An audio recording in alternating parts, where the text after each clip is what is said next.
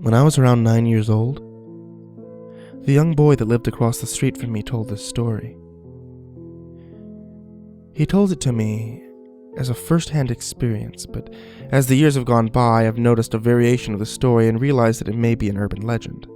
All the same, it truly still gives me chills thinking about it, as his mother backed up the account of his story. It was an overcast Tuesday afternoon, and my neighbor Matthew had stayed home from school for the day. He was asleep when his mother entered the room and told him that she had to run to the grocery store. He was not old enough at the time to stay at home by himself, so he had no choice but to go to the market with her.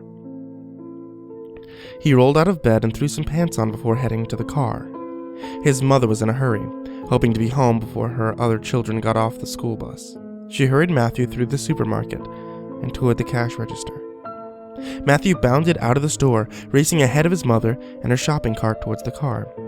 She had parked her beaten-up station wagon with the wood paneling on the sides fairly close to the entrance, as there were few cars in the lot that day. But it wasn't until he was around 10 feet from the car that Matthew saw it. He stopped dead in his tracks before his mother saw it too. There in the passenger seat was an old woman, who appeared to be in a hospital gown or something of the sort. She was staring straight ahead, seemingly unaware that there were two people staring at her through the driver's seat window. Her hair messy and disheveled, and her skin pallid. Matthew's mother grabbed his arm tightly and held it for a few seconds before she spoke. "I want you to stay here. I'm just going to talk to her." This happened in a fairly small town in the early 80s, where many people left their car doors unlocked or the windows down, so the details of how the woman got into the car seemed pretty simple. His mom approached the driver's side door, stopping about a foot from the car. She called in through the open window to the woman. Can I help you, ma'am?" The woman's head swung around towards his mother quickly, and she smiled eerily at both of them. She did not respond. She just smiled with an almost blank look in her eyes. Matthew caught himself and took a step back as his mom repeated, "Excuse me, ma'am, can I help you?" It took a moment, but the woman finally responded. Her voice was shaky. "Get in," she said, beckoning toward them.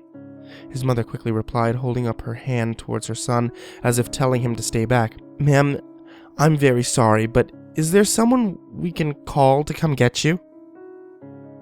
There was a pause before the woman replied, "I live very close, and I just need a lift home. Please, get in." Again, she beckoned them towards the vehicle. "Ma'am, I'm sorry, but I can't give you a ride, but I would be happy to call someone that can come get you, okay?" The woman now seemed mildly agitated, and her retort was extremely forceful and sharp. "Get in!" Nothing about this felt right to Matthew, and apparently his mother felt the same way. She turned to her son and told him to run back inside and tell the manager to call the police. He ran. He told the manager exactly what was happening, and without taking a breath, he instructed him to call 911. Not wanting to leave his mother alone outside with this seemingly unstable woman, Matthew dragged the manager with him back to the parking lot. His mother was still trying to negotiate with the woman, who was becoming more and more aggressive in her demands. "Get in the car!" As I've said, this was a very small town, so the police arrived very quickly. 2 male officers arrived on the scene in under 10 minutes and quickly approached Matthew and his mother to ask for the details. After getting the story from his mom, the officers approached the vehicle and began to speak to the woman. "Ma'am, please step out of the vehicle." The woman did not respond. "Ma'am, please step out of the vehicle. We need to speak to you." Still nothing from the old woman. The officer motioned towards his partner, who drew his weapon and nodded. He approached the passenger side door slowly. "Ma'am?" He put his hand on the handle. "Let's do this the easy way, okay?" He pulled the handle. The door opened.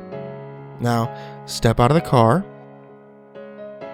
She looked at him, wild-eyed, but said nothing. Now the door had swung all the way open.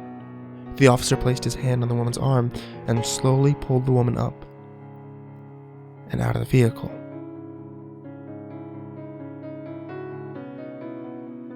And then chills went up Matthew's spine. Not when he saw the first officer drag the woman out of the car. Not when she locked eyes with him and smiled that awful smile.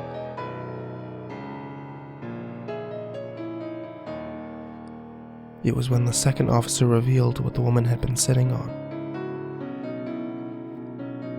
A small hatchet. To this day, I still think of Matthew and his mom and those chilling words. Get in.